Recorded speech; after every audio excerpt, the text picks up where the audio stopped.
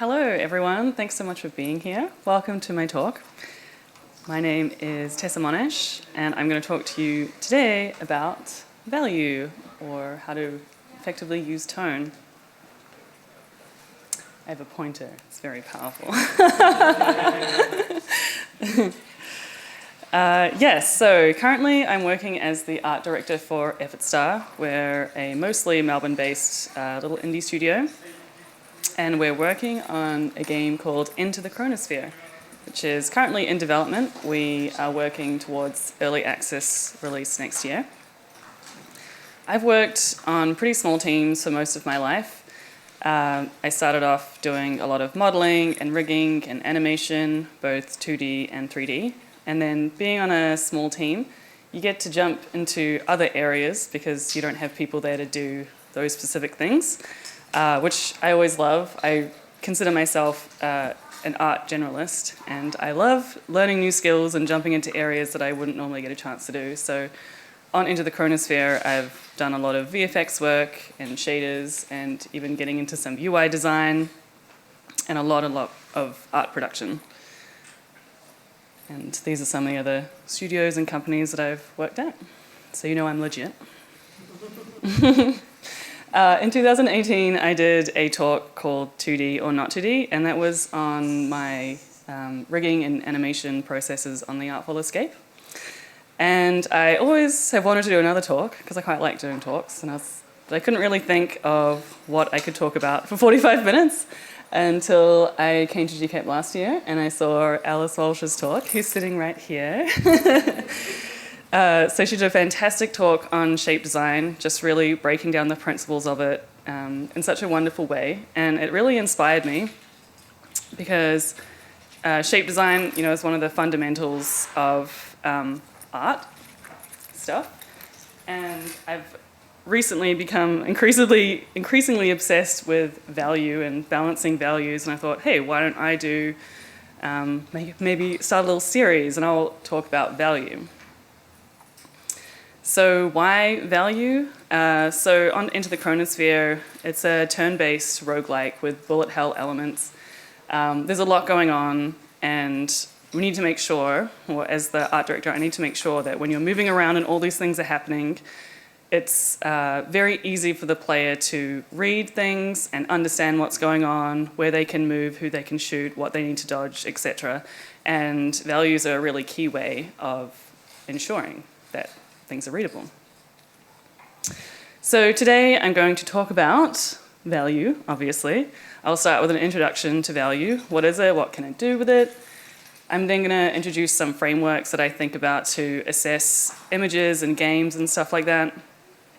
I'll then have a little quick section where I talk about some examples in existing games, and then I'm going to take you on a deep dive into some of the balancing of values that I did specifically with our environments and levels and stuff like that. Now, I'm sure there are many artists in here, and you'll probably actually know a lot of the stuff that I'm talking about intuitively, but I hope that you can still get something out of it, and particularly with the case study, I always find it's really interesting to hear other artists talk about their processes, so I'm really hoping there's something here for everyone. So, introduction to value. In your artist's toolbox, you have many things. You have shape and form, as talked about by Alice. Value, which I'm going to talk about this year. You also have hue and saturation. Maybe one of you next year will talk about this, please. We also have texture, motion, composition, line, and there are definitely other things, but these are sort of the main categories. So, value. The value of a color defines how dark or light it is. So 1 is a value of white and 0 is black. If you've used this kind of color picker here in Photoshop or something, HSV, the V stands for value.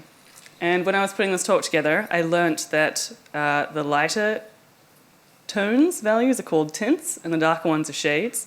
And you will never hear me use those terms again because I only just learnt them. But there you go. So the key thing that value does is it can create contrast or a lack of contrast, sort of the yin and yang. So when you're looking at these two squares, I think your eye will naturally be drawn to the one with the greater contrast. High contrast is really attention grabbing, so it's really good for things that you want to be really important. And then low contrast is restful when you look at it, you know, it's not screaming at you. And balancing your values is all about balance. When you have everything high contrast, it's really hard to know where your eye should settle. There's a lot going on. It's not exactly great to look at. And then the opposite is kind of boring. But if you start introducing a hierarchy of values, suddenly your eye has somewhere to look, and you can almost start adding importance to these objects. Like the star is obviously the most important shape here now. You could try and contrast with hue, but it's not as effective. You'll notice that there's actually kind of like a weird tension going on with the orange star on the blue. And that's because different hues with the same value, they have this tension that sort of like weirdly fights. So if you look at these values, they're actually all very, very similar. And so you're like, okay, well, what if we just make it a bit brighter? But then you're getting back to value. And maybe we contrast with saturation, but then again, you're getting back to value. So value is the key thing that's really going to push things up or push them down.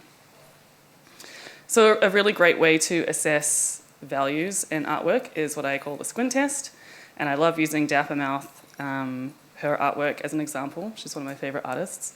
So when you squint at an artwork, it blurs similar values together, and it reduces the detail, and it allows you to focus on the broad shapes that are going on, and the composition, and the key values.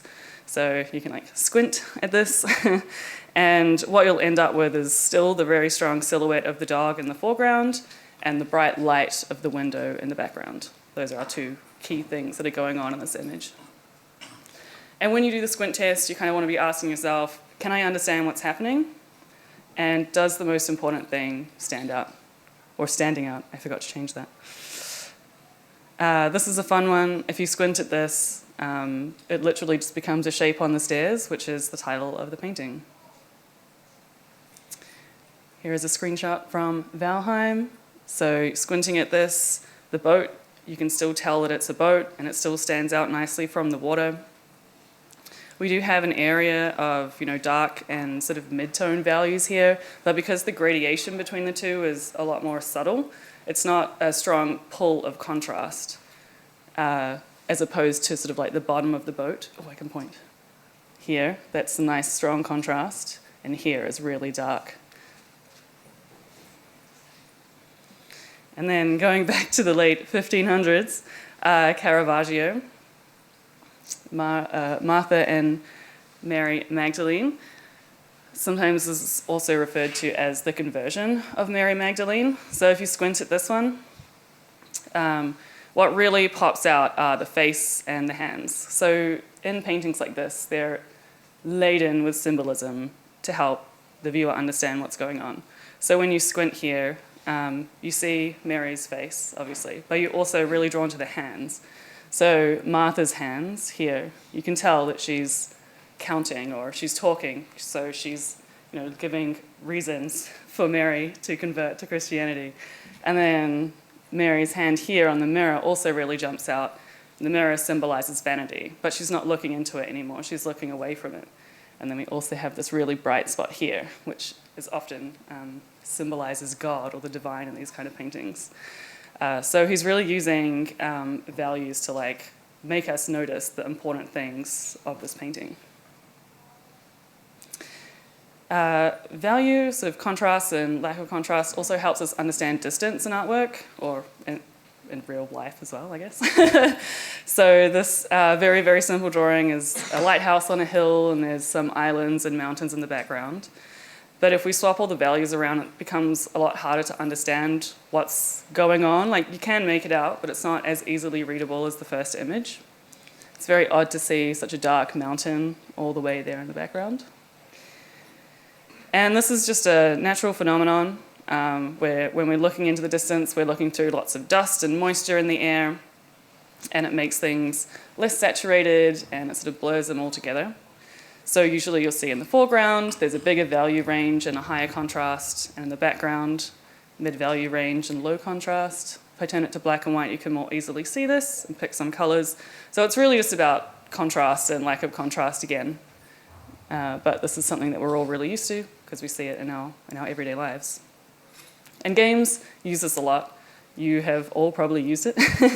It's why fog is so useful, because it desaturates things and pushes them back. And you can see here in Owlboy, they've got this these darker elements in the foreground. So it kind of makes you feel like you're peering out through some bushes into the level. Coming back to this painting, and I want to talk a little bit about value and light, because they're obviously very linked together. Light is how we see the world, and value is how dark or light a color is.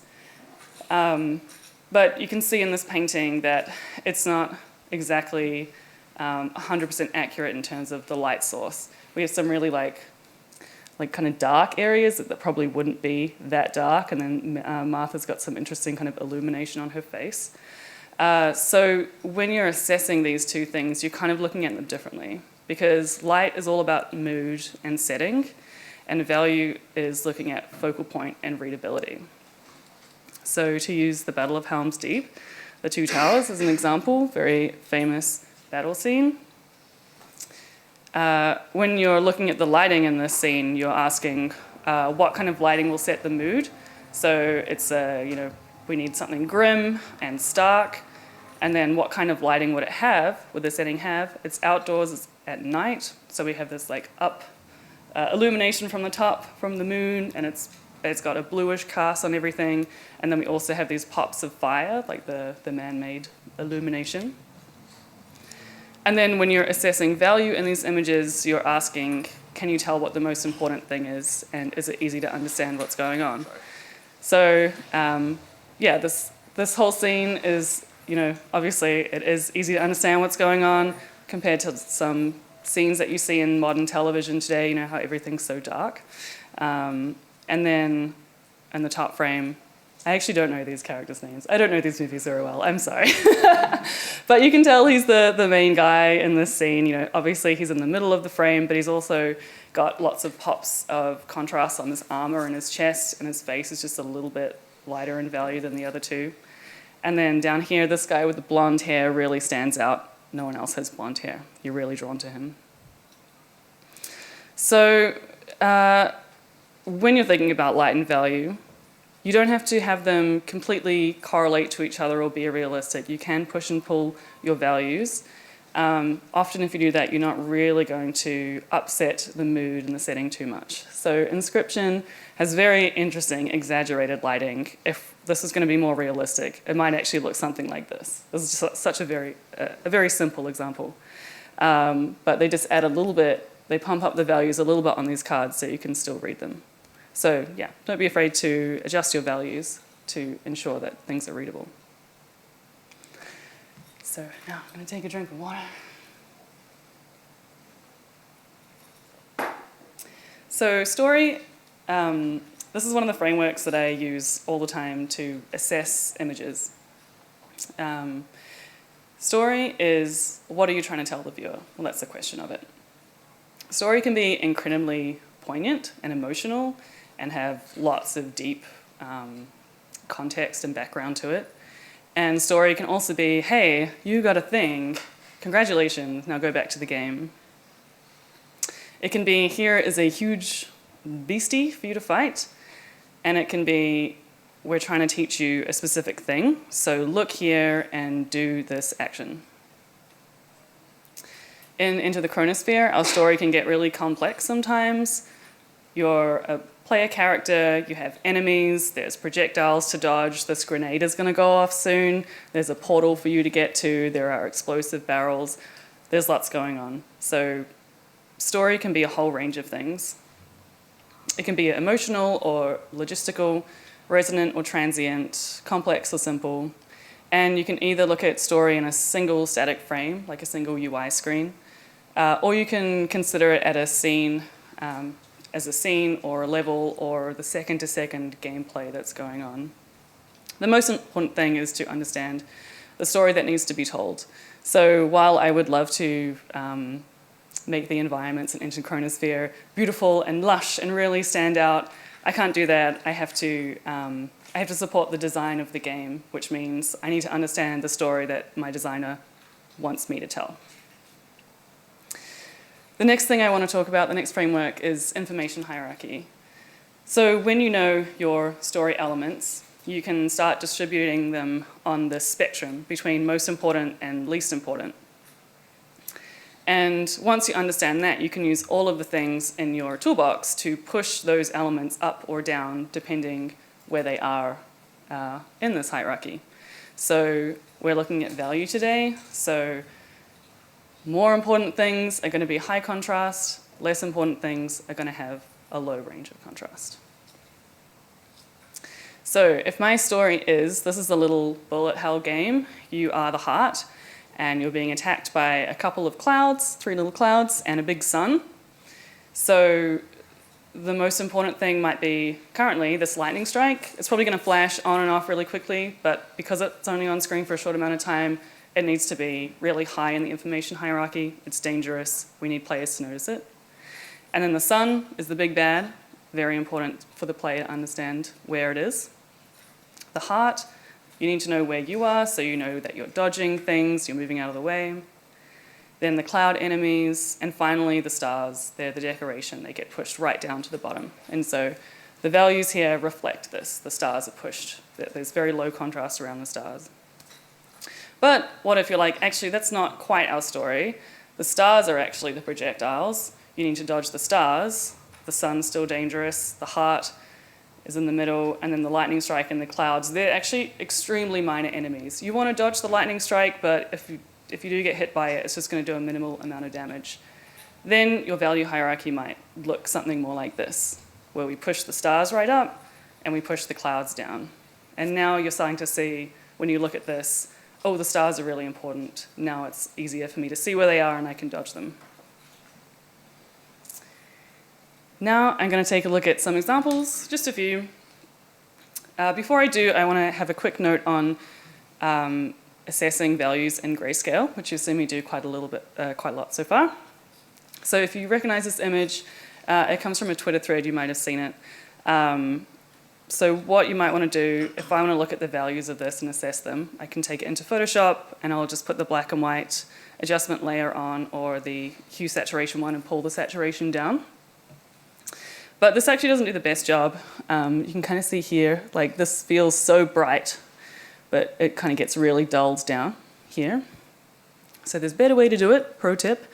Add a black fill layer on top and then change the blending mode to color. And this will just give you a better result. So you can see the side of the face is looking a lot brighter there. And this is due to math, very fun. So yeah, Tim Surret, I'm not sure how to pronounce that, did a really great thread on it, breaking down all of the math. It's pretty interesting, so there's a link there if you want to go check it out. But you can kind of see a direct comparison in this flashing GIF here. So yeah, if you do want to assess values and what you're working on, that is my tip for you.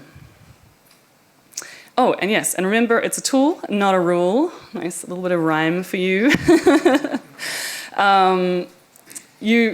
Ultimately, you need to do your final assessment on the color version, the actual version. As you can see here, taking this image into black and white, you lose so much of the power of that red light coming through the door.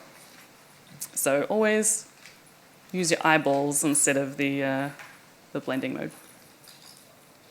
So here's an example from Gone Home. You get plonked into this dark porch and you're looking around, you don't really know what you're doing, why you're there, and this luggage tag just gleams at you. So it's very noticeable. You go and look at it and then you understand who you are, where you are, when you are. So it's just a very simple use of contrast, pulling you around and giving you some important information. 2D games, particularly side-scrolling games, also use value to carve out their play space. So you can see in both of these games, the level is surrounded by this black. You know that you can't go there. You know this is the confines of what you're working in. Inscription, coming back because I love this game, has a really cool use of light and value. There would probably be a bit more ambient light bouncing around here, illuminating this cabin, but they really exaggerate it. They're like, every time you look in this corner, all you're going to see are these creepy eyes, and it's really effective. Hades also does a really great job at telling you what's important. So here you are in Karen's shop, and you can really tell that one of these things is maybe better than the others. If you look really closely at these boons, you'll see they have this tiny little sliver of black around the edges of the effect, and also kind of like going up here as well.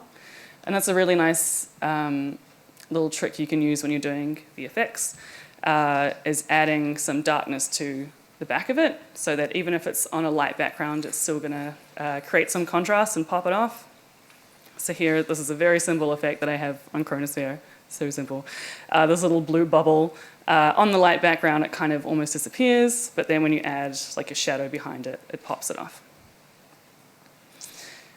This is the VFX style guide, or comes from the VFX style guide for League of Legends. This is a very cool document, actually. I would recommend going and looking it up. I see some nods, some people already know. And this illustrates the value ranges that they have reserved for different elements in the game. So UI sits right at the top, occupies that very brightest part of the range, and that's just so it is really obvious, pops off everything else.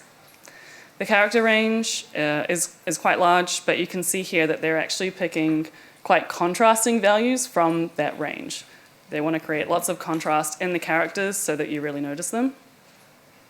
The environment value range is a little bit smaller, but you can see that there's less contrast in those tones that they've picked.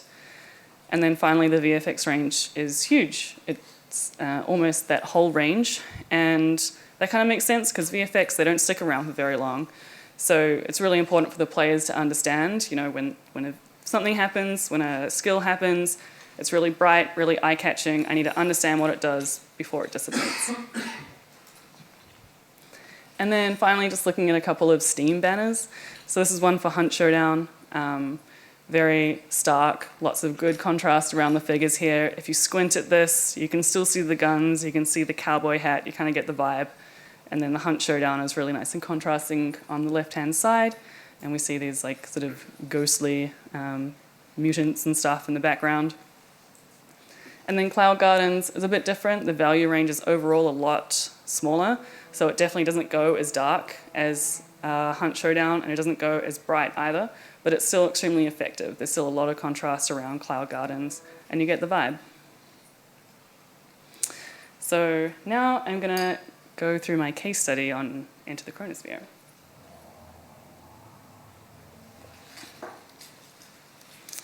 So our environment and our levels have gone through, this is where it started, it's gone through a lot of development and iteration over the past 2 years. This has been us figuring out what we wanted, and also improvements to the level gen system, which has been really great since over the last year. We've had a programmer dedicated to just the level gen, so I've been able to do lots of cool art stuff as well. I'll take you back a bit. So this is February last year. I was working on some very rudimentary VFX at the time, VFX baby, but that's not the point of this clip. This is one of our sort of showcase levels. I was playing around with the Outer Back biome, which this is, so based on the Outer Back of Australia. And you can see there's a lot going on here, a lot of noise, lots of different things jumping out at you. It's not the most clear. So let's assess. What is our story? Our story is that we are a player. We are in a level with walls and a floor and some holes to avoid. There are enemies, there are projectiles, there is an entry portal here, and there's normally an exit one too, but that's not, you won't be able to see it. There are also interactables. I was hoping this video would continue playing, but there are sort of weapon pickups and stuff as well in the level. And then all the decoration on the floor we fondly refer to as doodads. And then there's also a bunch of other decoration, such as these trees and stuff like that. So that's our story. Now we have our story elements, we can think about the information hierarchy. Enemies and projectiles we can immediately put right at the top because they're the dangerous things, they're going to hurt you, they're going to chase you down. And then the doodads and the decoration, they can go right to the bottom. They have no mechanical significance, they're just there for vibes. The player, important to know where you are. And then the play space kind of goes in the middle because these elements are not really important, but it's important to know and understand where they are. So, you know, you can't shoot through this wall. If you run down here, it's a cul-de-sac, so if you get trapped down there with a lot of enemies, you're going to die. And then the portal and interactables, they're our player goals, so they are still pretty important. Players need to understand where they are and how to navigate towards them. So if we think about everything that we've learned about value, we know that things are up high on this hierarchy. They're going to have the highest and lowest values. They're going to have a lot of contrast. These goals and waypoints, they still need to have good contrast. And if they can move, there's probably going to be a bit of gentle movement there.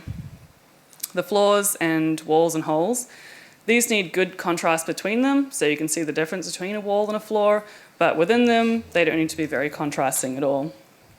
And then finally, the decoration, low contrast, low saturation. If they're moving, it's going to be incredibly subtle. So let's take a look at a screenshot of that video and assess further. So turning it to grayscale so we can better see the values. And let's see, what are the darkest and lightest values? So the lightest lights and the darkest darks. Immediately, these trees stand out to me, which is bad because they're decoration. They shouldn't be so prominent in this image.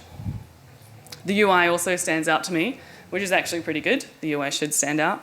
I'm not going to talk a huge amount about UI, but still interesting to point out here. These player and enemy shadows are super duper dark. I think this was work in progress at the time. So yeah, way too dark for what's going on. And this interactable over here is actually sitting in a pretty good place. You know, it's like quite bright, there's some dark bits to it. It's definitely eye-catching, which is good. And then if we look at areas of contrast, kind of got a bunch of the similar things here, still relevant. The trees, they have these sort of dark bands through them, so they're really contrasting.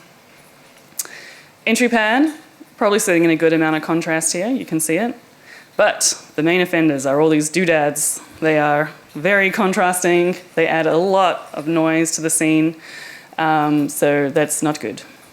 And these walls, oh, the walls. If we get closer to these walls, to this bad quality screenshot, we can assess even further. We're getting some good value contrast between the top of the wall and the floor. But on this side, the values are really similar. If you squint at this, they are almost the same. And then there's way too much contrast happening along the wall. So these cladding bits, as we call them, they're way too dark. So not good. So I took this image into Photoshop and I thought, let's hack at it and see if we can improve this situation. So the first thing I did was take these trees and really reduce the contrast in them and took down the values just a touch. So you can see they're already starting to disappear a little bit. Then I really pushed back all of those doodads. I made them very similar to the floor and I reduced a lot of the contrast in them. So again, lots of noise reduction happening. And then finally, I made these walls all a unified value. There's a slight bit of value difference in there, but they're all the same. So now they really stand out. So if we look at our information hierarchy, this is now better reflecting what we want. The players and the enemy, the player and the enemies, they really stand out now. There's only one projectile in there, but it kind of stands out, which is good. Yeah, much better than the original. So, oh, this is, I don't know why I was so surprised. This is what our environment looks like now. So I did all those things. So you can see, yeah, it's feeling a lot better. It's a lot easier to understand. There is still some noise going on, but it's not as egregious as that other video that I showed you. You can see here I actually made these trees dark in the end because the white, I was just really struggling to get it to work. They were just pulling so much of the focus. So I've made them dark. But that was not the end of the value balancing, the walls drama. So in this image, in this mock-up that I did, I made all of the walls very close in value, which is great for making them stand out. But when you had a situation like this, it wasn't so good. So if you squint here, you'll see a solid sort of line being made. But that's actually not good because there's a gap here in this wall. You can kind of tell from the shadow, but other than that, it's pretty hard to tell there's a gap. So this is obviously not good. If you think there's a wall there and an enemy shoots you through it and you die, it doesn't feel good. So we need to make sure that gaps in the walls are easy to understand and to pick out. So I jumped into Photoshop again and did a bit of a mock-up, and I thought, well, what if we put a little bit of a value hierarchy within the wall itself? So it's lightest at the top and darkest at the bottom. And that way, when you get a situation like this, there's a value break in the wall. So the top, that light top of the wall breaks, so it's a bit more obvious that there's not a wall piece there. And I started implementing this in a bunch of our environments, and it did work, but only really on a like region by region. So here, there's like a few different areas here. And it was really hard to balance the walls with this between all these different regions. So I had to dig a bit deeper. So at the time, we had 4 biomes in Enter the Chronosphere. Each biome has 3 regions. And you can probably already tell there's like quite a lot of difference in the value and saturation of the floors of these regions. And if you turn them into black and white, you can start to become a lot more apparent. And then if I pick the sort of median color from each of these, yeah, it gets even more stark. There's a lot of variation here. You know, Clockwork has this really bright region, and these two are kind of the same, and then there's a darker one here. So we thought, okay, we need to make this more consistent, so we have less things that we need to worry about balancing. So we decided, we being me and Tim, who's our concept artist, that we would have dark and light environments. We'd just have 2 different types. So the dark environment has a dark floor. The wall still has the lightest at top, darkest at bottom, but they are both lighter than the floor. And then the opposite for the light environment. The wall is still lightest at the top and darkest at the bottom, but they are both darker than the floor. So we're still retaining this contrast between the wall and the floor, and we're also making sure that the top of the wall is lighter and can be more easily seen. So implementing this in one of our mill mines regions, there's immediately improvements there. If you squint at this, you can really tell the difference between how easily the walls are seen between the 2 of them. And then we've also, now it's like part of our documentation when we're creating new environments. You know, if you're doing a dark environment, you're aiming for your floor values to be here and your wall values to be here. And so, yes, floor is darker, walls are lighter, and then the opposite on the other side. So this means that when we're going between 2 regions, 2 dark regions, there is a difference in the visuals of them, but in terms of values, they're remaining incredibly consistent. So if you squint at this, you can still make out the walls and the blocks and everything like that on either side. And yeah, that's kind of where we are with the environments. There's always more tweaking to do. Here are some examples of our dark and light, some of our dark and light regions. And here there's blending between 2 or more regions. And it stays pretty consistent, as I said, always tweaking. And that's it, the conclusion. So my questions, well, questions that you can take away when you want to assess your work. Ask yourself, what is your story? And when you know that, you can start breaking down what is the information hierarchy. Then you can think about all the things in the toolbox that you can use to push push and pull those elements to where they need to be. And if you're thinking about value, use the squint test, assess what's going on. Is there contrast around the important stuff? Can you reduce contrast everywhere else? And yeah, just make sure they are balanced and you'll be golden. So that's it. Yes, I want to spruik my concept artist, Tim. He's really awesome, does really cool psychedelic work. You can join our Discord. We have some of our dev channels live if you want to nosy around and see what we're up to. We also have feedback and ideas channels and stuff. We love hearing from people. And you can also wishlist us on Steam. And yes, thank you. That's it.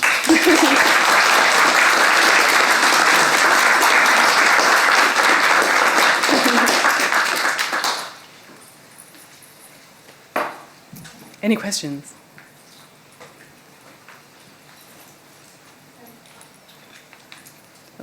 Why did you decide to make your health bar yellow instead of green? I noticed in the black and white it was very similar to brown, but that was before the rest of the changes, so maybe it fits now. So the question was, why is the health bar yellow instead of green? Yeah. It is kind of green. Well, it's supposed to be like a limey green, but maybe it is more yellow. I don't know. Well, we had red. We have red for enemy health bars. Well, it's actually red for the player character as well. But I want to swap it to green because then we have an ally system in the game. So when you have health bars of your enemies, they're going to be red, and then the player is going to be green. I feel like, yeah, green is also a good color for health stuff, but maybe it needs to be greener. Yes. My thoughts were, did it take you very long to have to redo a lot of the texturing when you found out that the values didn't quite match with the environment stuff? Like, did you have to redo any assets or just change the values of the assets you already had? The question was, do we have to do a lot of work changing the textures and things? Yeah. Yeah. Like through substance or version. We didn't really have to change the textures. A lot of the texturing just uses RGB textures so we can color pick. So it was kind of going through the floor materials and adjusting them all up and down. We have a whole bunch of layers to them, so it started off by peeling back a lot of those layers and just kind of getting the 4 main colors pretty good, and then adjusting from there. Yeah. Hello. Hi. Do you, I guess 2 questions, is did you do the UI as well, like the design for the UI, or did you have to consult with a UI UX person, and how much did the value changing affect the UI? The question is, did I do the UI? Did we consult with anyone? Did that change with the values? So I've done a little bit of the UI design stuff. So the newer UI that's come in, like, so some of the, you actually can't see any of the older UI now. We're slowly phasing it out. But yeah, these are sort of UI HUD updates that I did. They're not fully, these are kind of the grey box versions, and Tim's doing some really cool art UI stuff that'll eventually get put in. So yeah, I jumped onto that because I quite like doing problem solvery things like that. Reese, one of our directors and the lead programmer, he has a lot of UX and UI experience anyway, so it was really taking that off his plate because he had so much programming work to do. So I was doing it, but it was heavily talking to him a lot about that kind of stuff.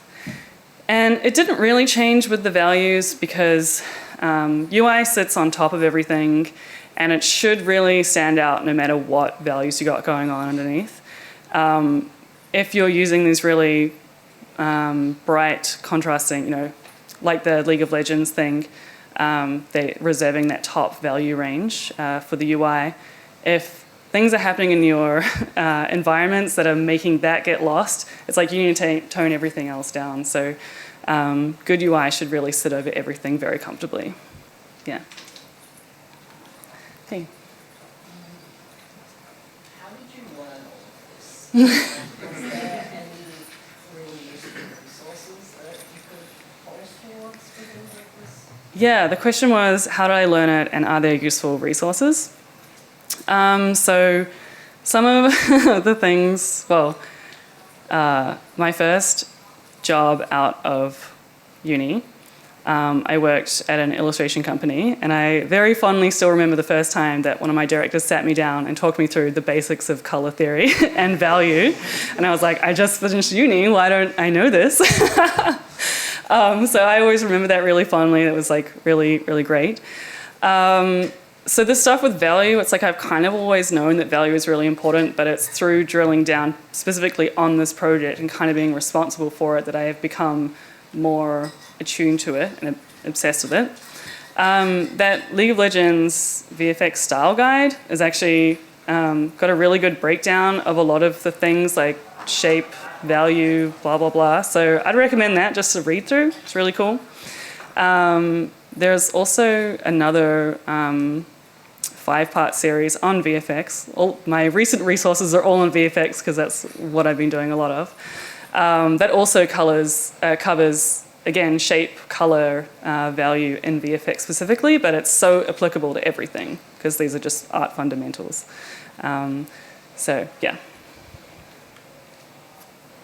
How did you play with lighting and managing like the textures for balancing that value? The question was, how did I manage the lighting and the textures and value and stuff?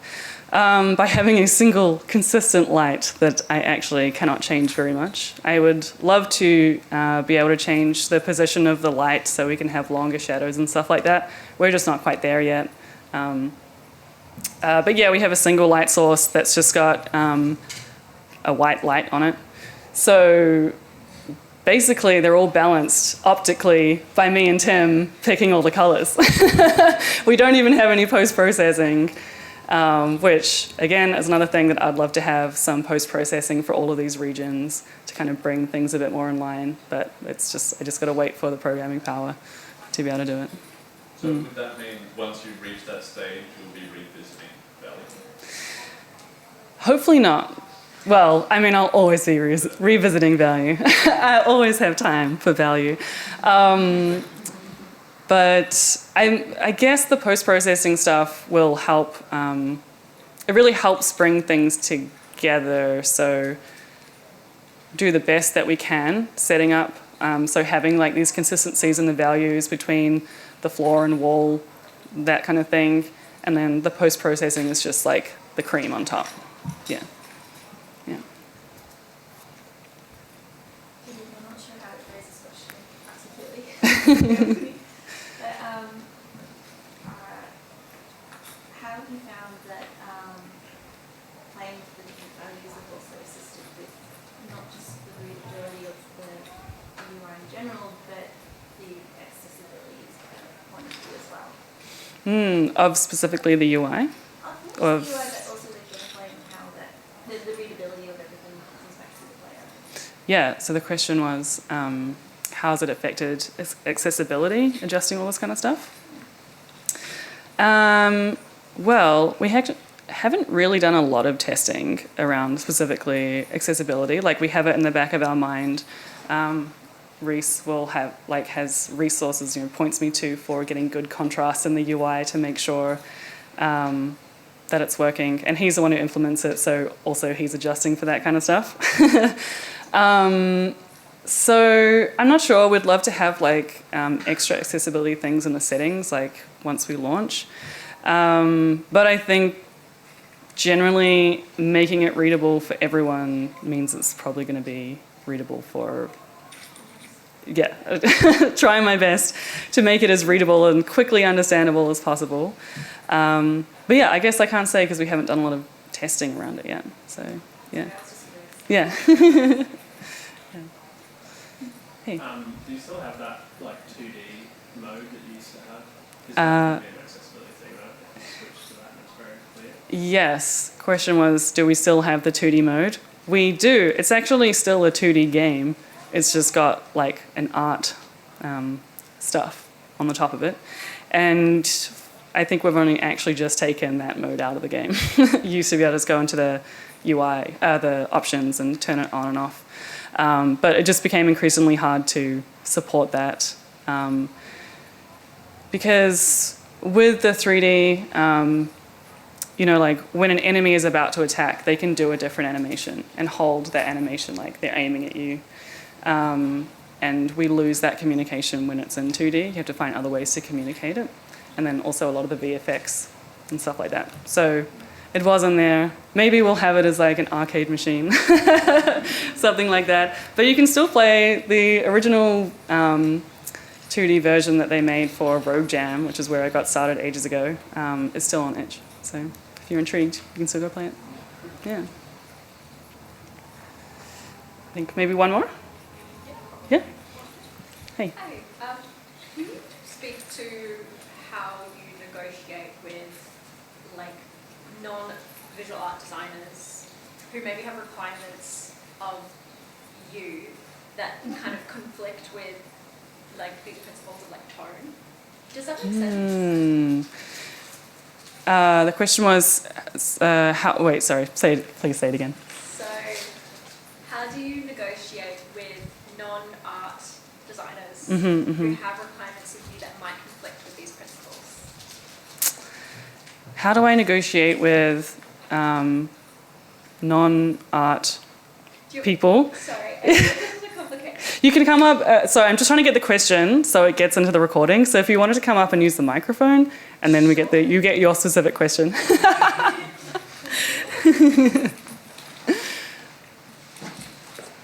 This mic? Yeah. How do you negotiate with non-art designers who might have requirements of you that conflict with these principles that you hold as an artist, like tone, the importance of tone and stuff like that? I think the first approach would be, well, my first go-to would be to try and explain it in a way that we can both agree with, yes, this is important, that this important thing that you want to communicate needs to be high in the hierarchy, therefore it needs to have contrast and stuff like that. For things like that, I try to remove opinion and subjectivity as much as possible and be like, well, what's the end goal and how do we get to that end goal? And then that you can kind of work together towards a solution instead of having like two different opinions. That's generally how I like to approach, I guess, negotiating these kind of things. But I think, that's probably the best thing. It's just trying to be like, hey, if you really want this to stand out, it's got to have contrast. If you want players to notice this thing and understand it, we need to do these things to like push it up in the hierarchy and make it visible. And if this thing is not important, then we need to push it down somehow. So I don't know if that's really any good specific advice to you, but I always would, try to approach of like, let me educate you, and we'll go from there. Yeah. Cool. Well, I think that's it. Thank you all so much for coming.